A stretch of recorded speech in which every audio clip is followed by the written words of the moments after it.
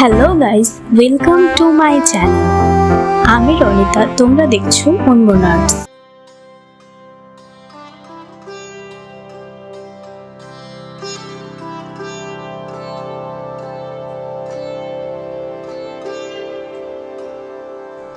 আজকে আমি তোমাদের সাথে পাঞ্জাবির সেকেন্ড পার্টটা শেয়ার করার জন্য এসেছি। তোমরা দেখতে থাকো। আজকে আমি একতারা যেটা আগের দিন এঁকেছিলাম তার সাথে মিউজিক যে আইকনগুলো হয় সেইগুলো অ্যাড করব। তাতে একতারার এফেক্ট আরও ভালো আসবে এবং এটা আরও রিয়েলিস্টিক হয়ে উঠবে।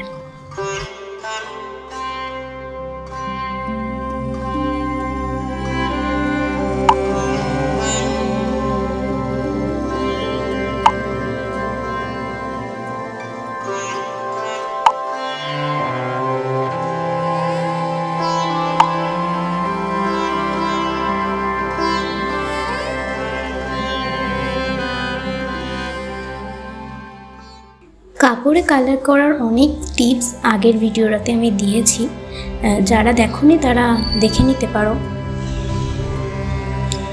এই ভিডিওটা পজ করে রেখে আগের ভিডিওটা দেখে এসো, দেন এই ভিডিওটা দেখবে, তাহলে তোমাদের বুঝতে আরও সুবিধা হবে। আমি এখানে আর একটা ছোটো টিপস অ্যাড করতে চাইছি, সেটা হচ্ছে যে তোমরা যখন যে কোনো কালার ইউজ করো না কেন, একমাত্র ওয়াটার কালার ছাড়া ফেব্রিক বা অ্যাক্রিলিক যে কোনো কালার সবসময় তোমরা যে বটল থেকে বা টিউব থেকে কালারটা নিচ্ছ সেটা প্যালেটে নিয়ে টিউব বা বটলটা ঢেকে রাখবে, কারণ এতে তাহলে কালারটা অনেকদিন পর্যন্ত ভালো থাকে, শুকিয়ে যায় না চট করে। আর কখনোই ভুল করে মিডিয়াম কালারের সাথে বটলের মধ্যে মেশাবে না। আমি এটা নিজে করে দেখেছি এবং খুব খারাপভাবে নষ্ট হয়েছে জিনিসটা, কারণ মিডিয়ামও অ্যাক্রিলিক কালারের মতো ভীষণ তাড়াতাড়ি শুকিয়ে যায়। তো বটলের মধ্যে আমরা মিডিয়ামটা মেশালে মিডিয়ামটাও নষ্ট হয়, কালারটাও শুকিয়ে যায়, দুটোই পুরো ওয়েস্ট হয়ে যায়। তার থেকে যতটুকু কালার লাগবে ততটুকু কালার প্যালেটে তুলে নিয়ে এবং মিডিয়াম যতটুকু লাগবে সেটা আস্তে আস্তে একদম অল্প অল্প করে মিশিয়ে করো, কারণ মিডিয়াম খুব বেশি লাগে না, 1 ফোঁটা 2 ফোঁটাতেই কাজ হয়ে যায়।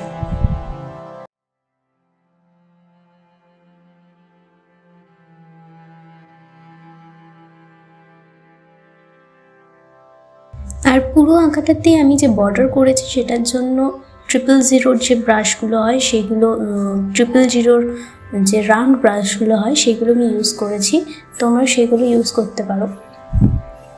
এবং খুব ধীরে ধীরে আমি কাজটা করেছি যাতে বেরিয়ে না যায়, কালারটা স্ম্যাচ না হয়ে যায়, সেই কারণে তোমরা এগুলো একটু মাথায় রেখো কাপড়ে কাজ করার সময়। কারণ আমরা খাতাতে কাজ করলে কি হয়, জিনিসটা কোনো না কোনোভাবে জল দিয়ে হোক বা ক্যানভাসে কাজ করলে জল দিয়ে হোক বা অন্যভাবে হোক তুলে ফেলতে পারি একটু ঘষলে, কিন্তু কাপড় এমন একটা জায়গা যেখানে তুমি সেটাকে তুলে বা কোনোভাবেই ঠিক করার কোনো চান্স থাকছে না, বিশেষত এরকম সূক্ষ্ম কাজগুলোতে। পরবর্তী সময় আমরা আরও সূক্ষ্ম কাজ নিয়ে আসবো, তোমরা থাকো আমার সাথে, দেখতে থাকো।